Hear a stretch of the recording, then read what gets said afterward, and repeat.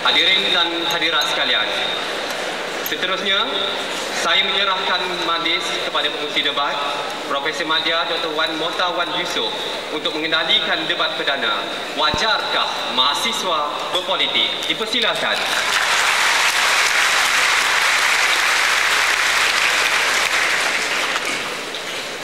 Terima kasih. Assalamualaikum warahmatullahi wabarakatuh dan selamat malam.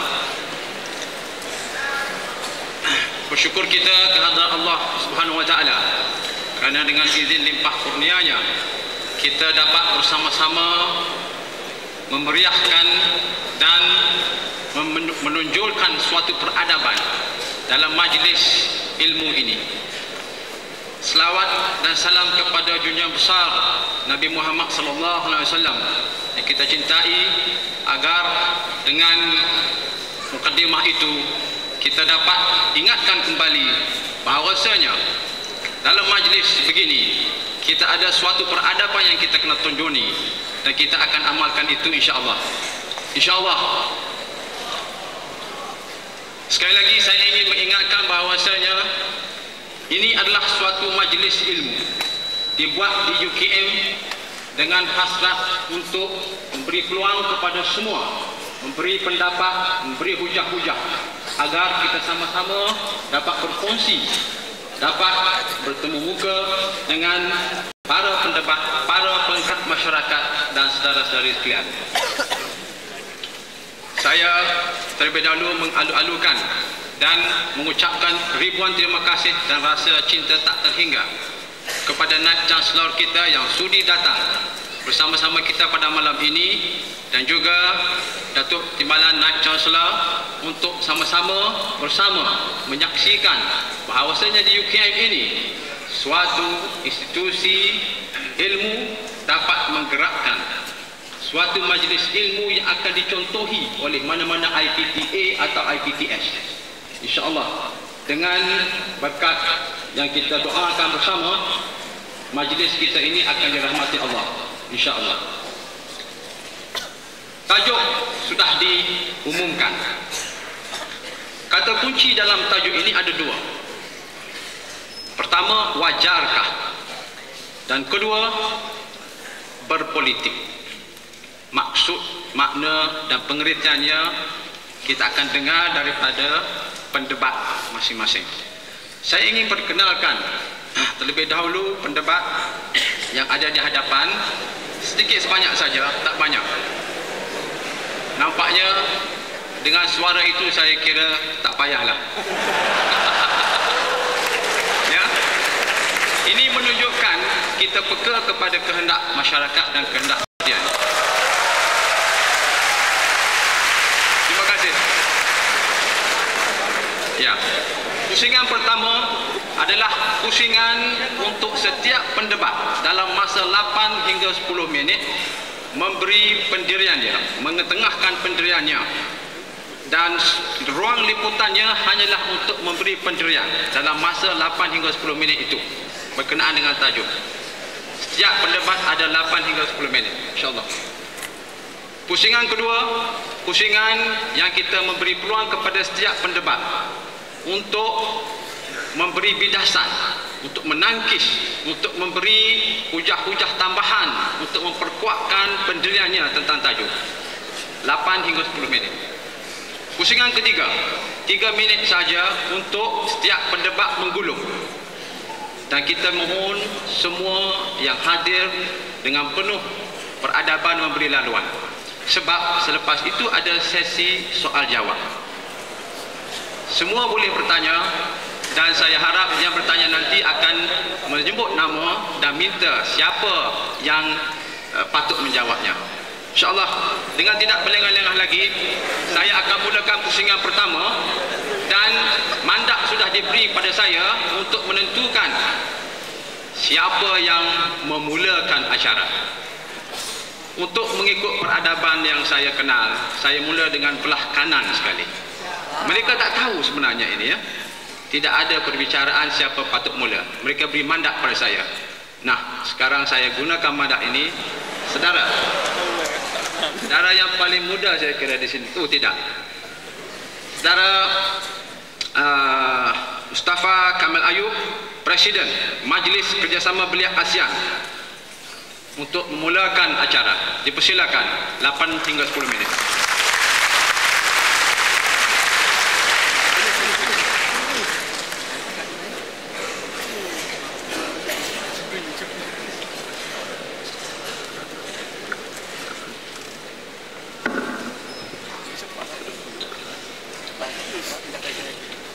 Assalamualaikum warahmatullahi ta'ala wabarakatuh. Dan salam sejahtera. Alhamdulillahillazi arsala rasulahu bil huda wa dinil haq liyudhhirahu 'alad dini kullih wa kafa billahi waliya. Subhanaka la 'ilma lana illa ma 'allamtana innaka alimul hakim. Rabbi israh li sadri wa yassir li amri wahlul 'uqdatam min lisani yafqahu qawli. Yang berbahagia saudara pengacara majlis, pengurusi panel debat, yang berbahagia Datuk Dr. Anwar Ali, Datuk Dr. Wan Hashim Wanteh, yang berbahagia Encik Omar Ahmad, Saudara Faizal Mahmud dan seluruh pimpinan PMUKM, Saudara Auni Nikmat, Ketua Pengarah Karnival, seluruh jawatan kuasa, rakan-rakan ahli panel, para hadirin jadi jemputan yang seperti sekalian, alhamdulillah. Pada malam ini kita rasa bertuah dengan keizinan Allah SWT dapat kita bertemu dalam debat perdana dengan tajuk wajarkah mahasiswa berpolitik. Sebelum saya nak mula sebenarnya, saya nak tanya rakan-rakan pimpinan mahasiswa. Sebagai mantan Presiden PMUKM, tapi lain kali jangan guna perkataan mantan. Sebab kalau di Indonesia, mantan ini maknanya mundar-mandir tanpa jawatan. Itu makna mantan. Saya ada jawatan. Kalaupun bukan sesuatu politik lagi, tetapi saya Presiden Belia Asia. Saya juga naib Ketua Pemuda Keadilan Malaysia.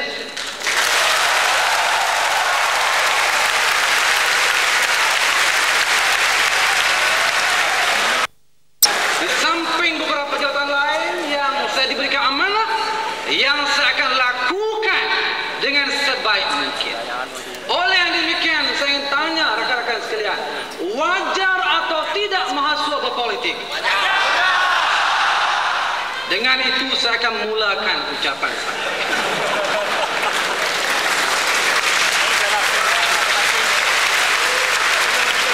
Saya faham bahawa generasi muda adalah generasi sebagai ejen perubah yang amat penting.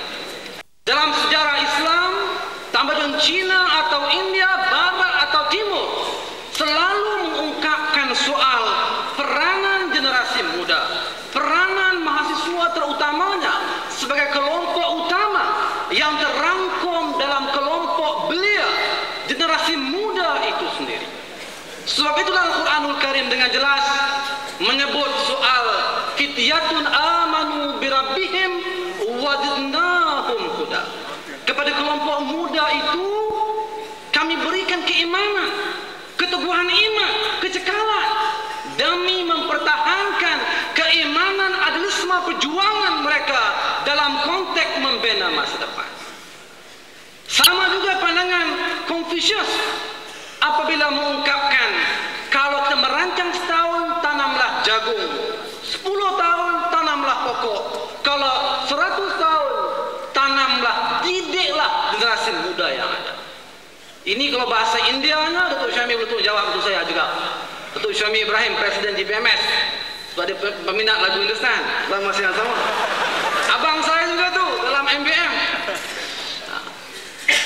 Sebab itulah kalau kita lihat dalam perjuangan kemerdekaan negara kita, anak-anak inilah yang bangkit, sama ada Profesor Zulkifli Muhammad, sama ada Dr. Muhammad Al-Halmi, Datuk On Jaafar, atau Tunku Abdul Rahman, atau Tun Tan Cheng Lock, atau Tun Sam Bantan, dan nama-nama yang sewaktu adalah di kalangan generasi muda, di kalangan anak-anak muda yang punya idealisme perjuangan mereka, yang punya idealisme untuk mengetengahkan pandangan dan pendirian mereka. Sebab itulah pada hemat saya, mahasiswa tidak boleh diperkotak-katikkan. Pandangan mereka tidak boleh dikesampingkan dalam arus pembangunan negara.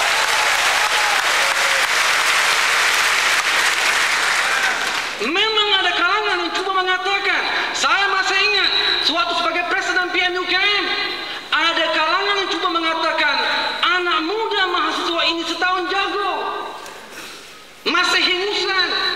Siapa yang ada hingus lagi? Saya tanya. Saya ada hingus lagi. Profesor NC kita pun ada hingus lagi.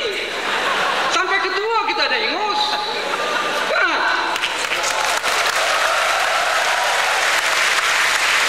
Hingus ini nilai semua. Sama juga macam membaik besar.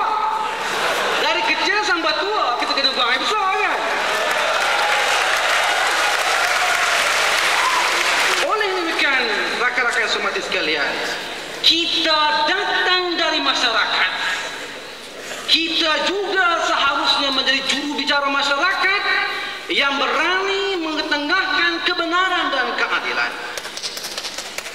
Dan ini jugalah pandangan ramai sarjana. Kalau kita lihat antara lain oleh Dr. Lewis Beaver, bukan Saturday Night Fever. Beliau mengatakan, for all social movement, those composed of students have been characterized by highest degree of selflessness, generosity, compassion, and readiness for sacrifice. Ini masuk UKM semua pandai dah bahasa Inggeris kan? Ini era globalisasi kan? Yang antara lain mengatakan mana-mana perjuangan masyarakat yang di dalamnya ada kelompok mahasiswa pelajar selalu dikaitkan dengan kejayaan kerana kesediaan mereka untuk tidak mementingkan diri sendiri, berjuang demi kebenaran dan keadilan, dan sedia untuk berkorban apa saja. Bak kata Allah raham Tan Sri P. Ramlee, berkorban apa saja, harta ataupun nyawa.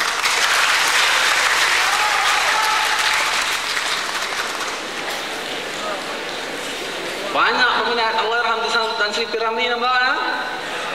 Baguslah tu. Oleh yang demikian pada saya, dalam konteks wajar, bagi saya wajar. Apatah lagi kalau taksiran berpolitik yang kita maksudkan adalah dalam konteks yang luas. Kepekaan kita, sensitiviti kita, pandangan kita, pendirian kita dalam pelbagai isu negara dan antarabangsa.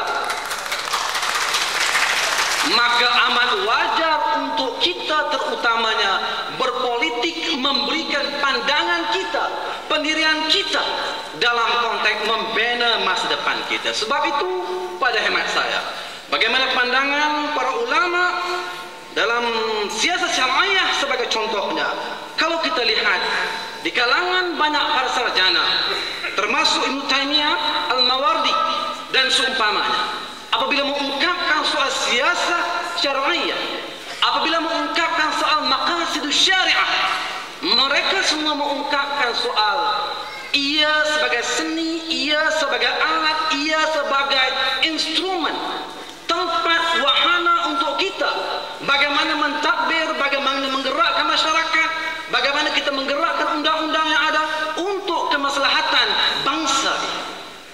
Dan kalau ini yang kita lihat, tidak ada sebab kita kelompok new intelligentsia, kelompok intelektual muda yang ada di hadapan saya ini seharusnya membisu. Tidak harus ada sindrom bisu dalam konteks kita. Dalam sejarah yang saya lihat juga betapa, kalaupun ada ketika orang mungkin mengatakan kita baru setahun jago, kita anak muda dan mentah, tapi terbukti kalau kita lihat bagaimana kemudiannya banyak pandangan kita kemudiannya yang menjadi realiti, yang menjadi kenyataan. Dan pada hari ini juga saya yakin, kalau kita punya keyakinan, kalau kita punya idealisme yang kuat, bukan ampuisme.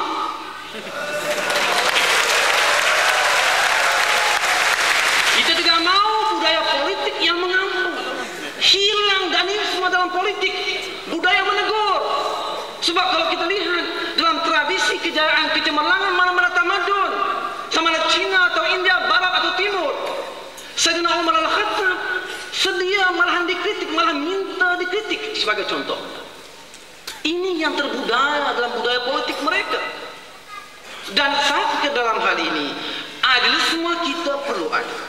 Adilisme bermakna kita memperjuangkan kebenaran dan keadilan. Kalau adilisme ini kita ada, dan terutama mahasiswa pula, kita juga bukanlah penyokong yang melulu ataupun bangkang yang melulu, tapi kita ada adilisme.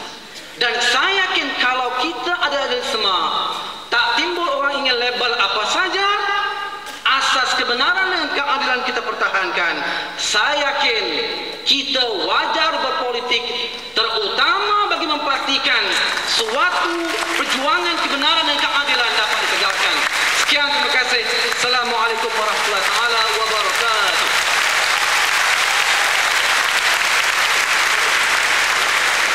Terima kasih saudara Mustafa Kamal, dan terima kasih yang kedua kerana menepati masa. Dia hanya mengambil masa 9 minit. Terima kasih. Satu peringatan kepada audien. Respon audien dalam bentuk tepukan, sorakan yang baik-baik saja kita terima. Ya, sebab ini untuk memberi ruang rasa kecil hati itu tidak tergores. Ya, ini peradaban. Dan kalau siapa yang tidak ikut peradaban di Universiti Kebangsaan Malaysia, dia boleh insya-Allah menilai diri. Ya, saya tidak akan mengupas sebab semua dah faham. Saya akan terus dengan pendebat yang kedua. Dipersilakan saudara Mahfuz.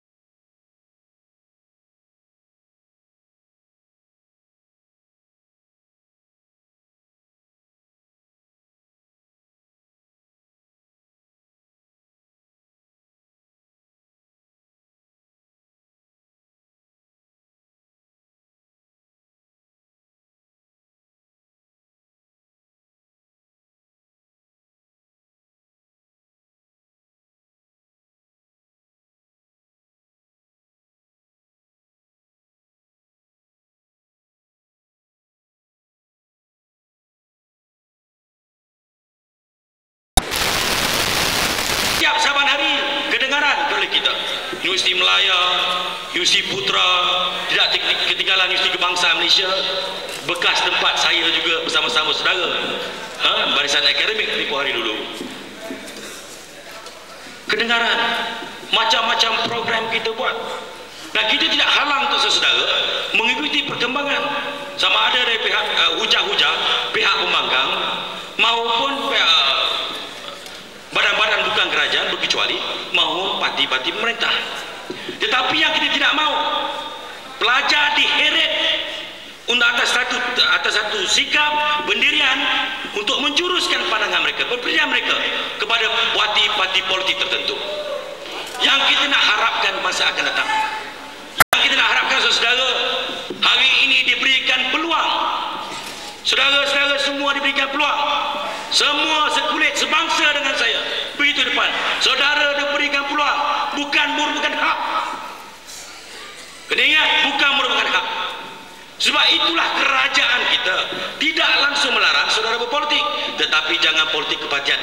Dan saya nak jelaskan di sini secara terbuka di depan Ketua Pemuda PAS, tak payahlah perlu tunggu Ketua Pemuda UMNO Malaysia.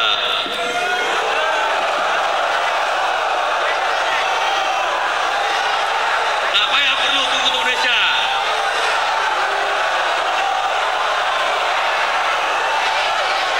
Ini macam mana ni? Kata mahasiswa Universiti Kebangsaan Malaysia yang unggul, Profesor Anwar pening kepala balik rumah. Macam mana nak buat kat bawah ni? Saudara sendiri pada hari ini telah menggambarkan sikap kepartian saudara. Dan saya tak halang, saya tak gusar. Kerana apa? Saya juga telah melalui proses kemahasiswaan seperti saudara semua. Tapi saudara, kita perlulah ingat bahawa kita berada di Malaysia yang cukup beruntung. Saudara lihat sendiri rakan-rakan saudara yang berada di luar negara. Lihat, atas ketaksuban boleh dipolitikkan dan terus menjurus kepada kepartian, mengheret mahasiswa, mahasiswi untuk turun ke gelanggang, turun dalam mencaturkan politik negara. Akhirnya negara kita, negara di luar itu mungkin luntur, tidak ada boleh mencapai kejayaan seperti kita boleh bina hari ini. Kita menggalakkan saudara. Nanti.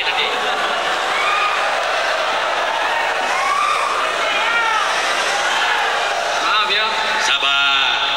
Beginikah sikap saudara? Saudara belajarlah politik, ikutlah perkembangan. Semasa memilih persatuan mahasiswa, dengan rencana posternya, pemilihan calonnya, dengan kempennya, alhamdulillah, inilah anak-anak generasi akan datang yang kita mahukan. Bukan sahaja, tetapi ingat, jangan sekadar boleh bersorak tapi kampung bergadai.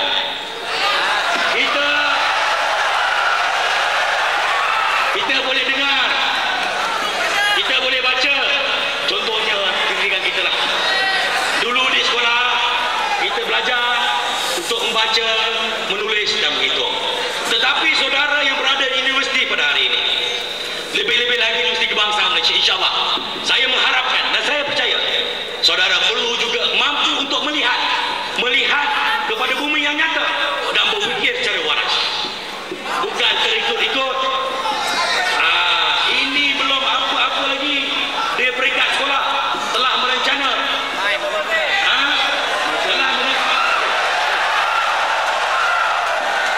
tapi saya menyokong mahasiswa perlu berpolitik, tapi jangan sesekali berpolitik kepartian. Sekian.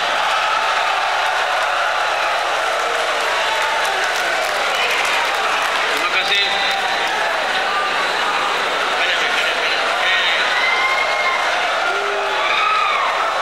Terima kasih Saudara Zin, dan terima kasih kepada para hadirin. Saya rasa sama-sama naik semangat tadi, para hadirin dan juga pendebat. Saya tergerak hati untuk mengguna kuasa pengerusi pada malam ini, tetapi hati kecil saya merasa sayang sekali kalau saya mengguna kuasa tadi. Dan saya haraplah kalau boleh suara-suara yang tidak menepati, suara-suara intelektual dan suara akademik itu dikurangkan sikit. Ini permintaan. Sebab apa yang kita sajikan di sini adalah untuk bertukar-tukar pendapat, memberi laluan. Masa untuk saudara berhujah dan memberi soal jawab ada selepas ini, InsyaAllah. Saya harap hati kecil saya ini tidak terguris lagi. Justru itu saya ingin dengan segala hormatnya mempersilakan saudara Zaharuddin Abdul Rahman.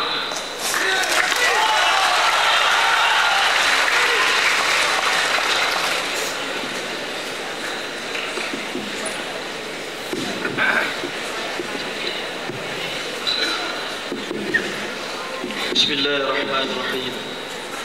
Assalamualaikum warahmatullahi wabarakatuh. Dan salam sejahtera. Alhamdulillahirabbil alamin wa bihi nasta'in wa la udwana illa 'alal zalimin. Asyhadu an la ilaha illallah wa asyhadu anna Muhammadan abduhu wa rasuluh. Qala rabbi shrah li sadri wa yassir li amri wa hlul 'uqdatam min lisani yafqahu qawli. Rabbi yassir wa la tu'assir ya karim. Terima kasih pengerusi debat. Yang berbahagia Profesor Datuk Dr. Anwar Ali, Naib Chancellor Universiti Kebangsaan Malaysia. Yang berbahagia Profesor Datuk Dr. Wan Hashim Wante, Saudara Faizal Mahmud, yang berusaha Saudara Nik Muhammad Auni Nikmat, yang diraikan seluruh pimpinan-pimpinan kaki tangan akademik, pensyarah-pensyarah, dan seterusnya, saudara dan saudari, tuan-tuan dan puan-puan, para peserta dan juga para pendengar dan wartawan sekalian. Alhamdulillah kita dapat bersama-sama dalam debat kita pada kali ini yang tidaklah sebenarnya jadi satu debat yang macam dalam NTV7. Tak macam NTV7. Walau bagaimanapun alhamdulillah kita ada satu tajuk yang untuk kita bincangkan, yang kita harapkan mana-mana pihak yang boleh membawa ke atas kepada mereka yang mengkontrol kerajaan. Kalau kita dah menyatakan wajar berpolitik, 3 ahli panel kita telah menyatakan wajar berpolitik. 1 wajar dan bersyarat. Tak apalah. Jadinya 2 yang solid, 1 bersyarat, dan sekarang saya mungkin dah 2-1. Saya menjadi penentu. Kalau saya kata wajar, Datuk Suhaimi kata tak wajar pun tak boleh kalah dah. 3-2. Majoriti menang. Maka pada malam ini saya yang mewakili mahasiswa-mahasiswa IPTA dan IPTS yang ada di Malaysia, insya-Allah,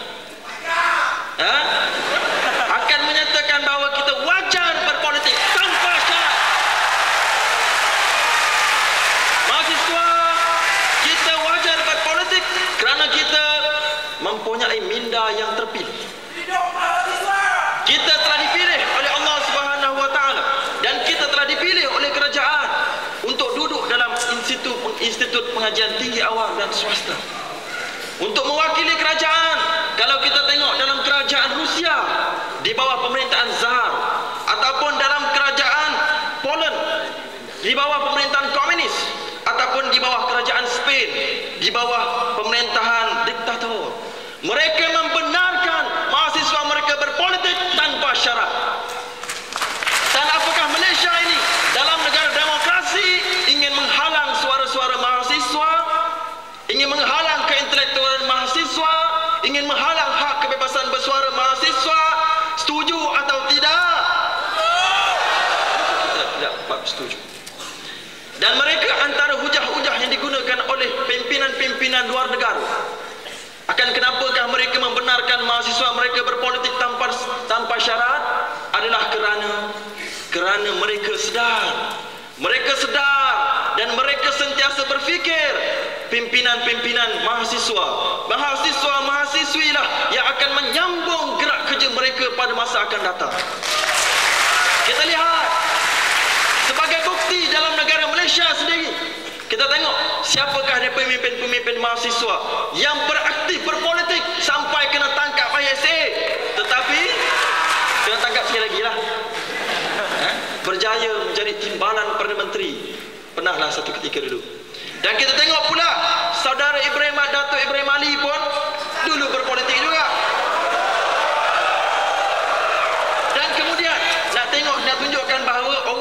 berpolitik, mahasiswa yang berpolitik, pemikiran mereka berjalan putar laju macam cair, tidak beku. Oleh kerana itu mereka layak untuk memerintah, mereka layak untuk memegang sebuah institusi yang besar. Umpamanya lagi siapa? Dr. Syed Hussein Ali pegang PRM. Siapa lagi? Dr. Sanusi Osman institusi PRM. Siapa lagi? Datuk Zaid Amidi pun sama juga, dulu bekas timbalan Presiden PMUM. Siapa lagi? Ustaz Halim Arsyad, bekas Setiausaha Agung Parti Islam Sembilan Syafas. Tuan Guru Haji Abdul Hadi Awang juga berpolitik dan juga bersama-sama dengan Syahid Syed Qutub di Madinah, di Mesir, dan ramai lagi, termasuklah Dr. Mahathir sendiri menjadi presiden di Universiti Melayu Persatuan masa dekat Singapura.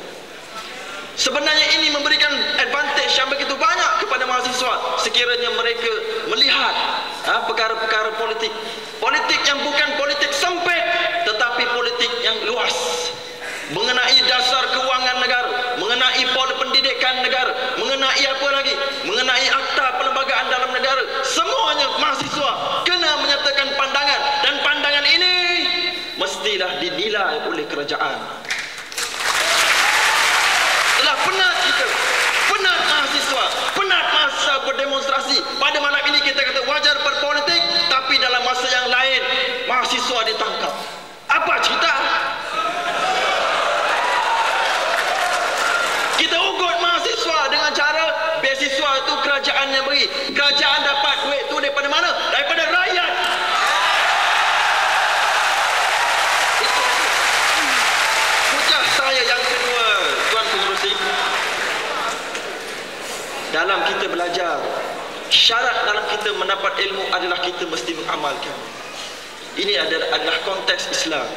Ilmu mesti diamalkan.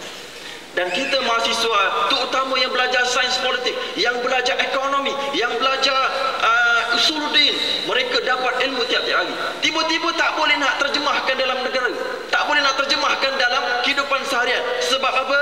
Sebab ada akta universiti dan college universiti. Jadi macam manakah ilmu mereka nak naik lebih tinggi? Kalau kita kata nak jadikan mahasiswa ni pandai belajar dulu, adakah berpolitik dan memikirkan benda-benda dasar dan juga membuat kritikan-kritikan, itu bukannya satu ilmu? Itu juga satu ilmu yang berjalan, yang mesti mahasiswa semua garapkan. Oleh kerana itu kita wajar berpolitik. Tapi jadi saya merasakan sempat hanya dua, yang lain-lain tu ahli panel lain pun ada lagi nak sebut, tidak habis yang lain. Jadi saya mengucapkan terima kasih kepada pengerusi debat kerana memberikan ruang. Qul qawli hadza wa astaghfirullah. Assalamualaikum warahmatullahi.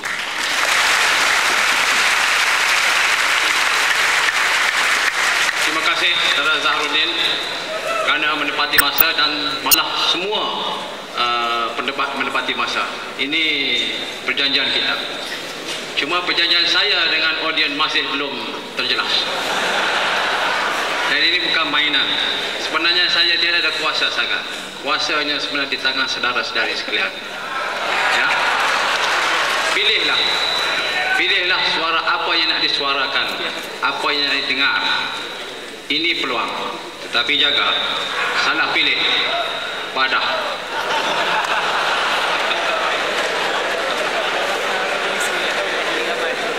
InsyaAllah kita akan teruskan dalam pusingan pertama ini pendebat yang kelima, Saudara Suhaimi Ibrahim. Silakan.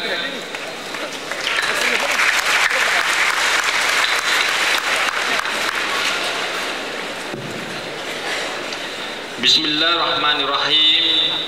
Alhamdulillah Rabbil Alamin. Wassalatu wassalamu ala asrafil anbiya wa mursalin Sayyidina Muhammadin wa ala alihi washabi ajmain. Assalamualaikum warahmatullahi wabarakatuh. Dan salam sejahtera.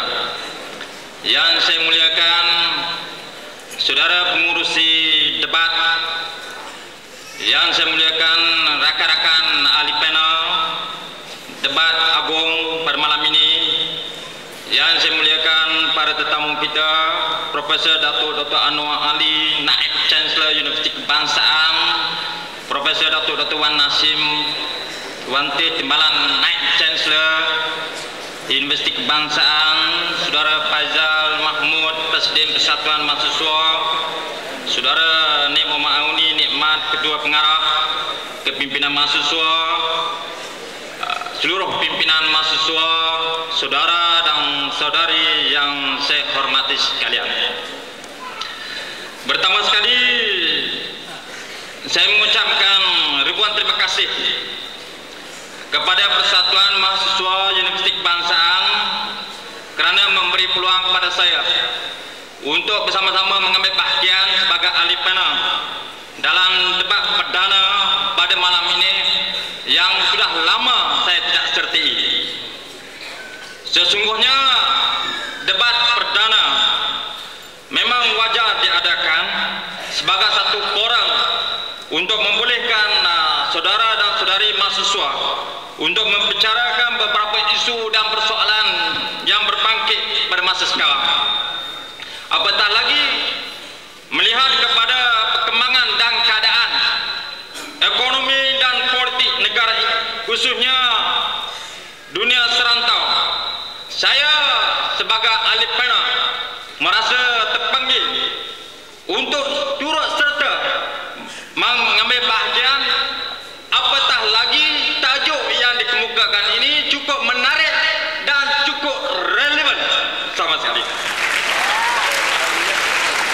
Bagi kita dibahaskan cara terbuka, menggambarkan pendirian kita, menggambarkan pendirian saudara dan saudari sekalian. Apatah lagi melihat mahasiswa pada masa sekarang ini sudah diberi perhatian, sudah menarik minat di kalangan umum supaya mahasiswa tampil dengan berani untuk mengemukakan setiap pandangan apa saja isu dan persoalan dalam negara maupun antara bangsa. Saudara dan saudari yang saya hormati sekalian, minat masyarakat kepada mahasiswa yang bertambah. Lebih-lebih lagi, harapan masyarakat dan negara kepada mahasiswa cukup tinggi sebagai golongan muda yang dianggap terpenting sama ada dilihat dari segi jumlah tenaga maupun pemikiran yang diharapkan dapat meneruskan cita-cita dan harapan agama, bangsa dan negara. Kita mengharapkan mahasiswa dapat terus menyalakan obor idealisme dan cita-cita perjuangan bangsa, bukan sekadar retorik ataupun slogan indah semata-mata, tapi mesti berasaskan kepada pengamatan, persepsi dan realiti sebenar yang apa yang berlaku dalam negara. Ini sebenarnya yang kita harapkan, apa yang dimasukkan idealisme, apa yang dimasukkan realiti ataupun kenyataan yang perlu ditengahkan oleh mahasiswa-mahasiswi semua. Saudara dan saudari yang saya hormati sekalian, ini bermakna kita mahukan mahasiswa yang idealistik, mahasiswa yang realistik. Kalau tidak, kena lastik. Pasal tik-tik banyak kena lastik.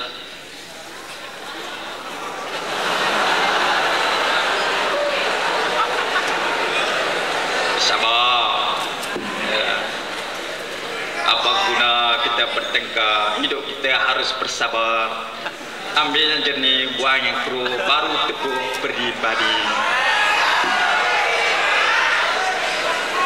Kata tadi minat di Ramli.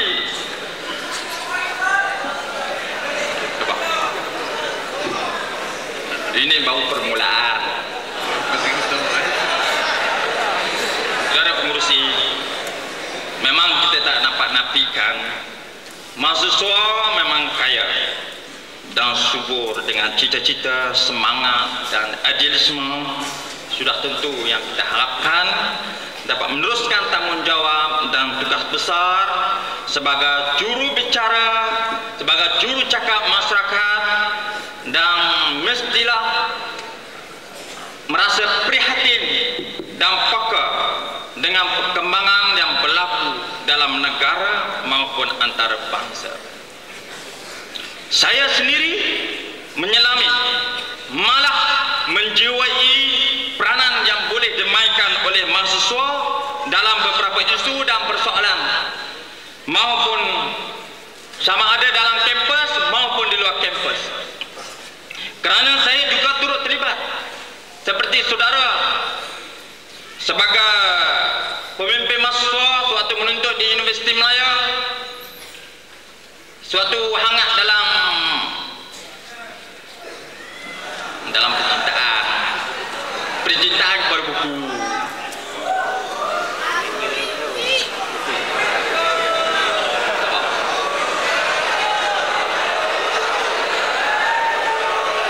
Ini susah ni.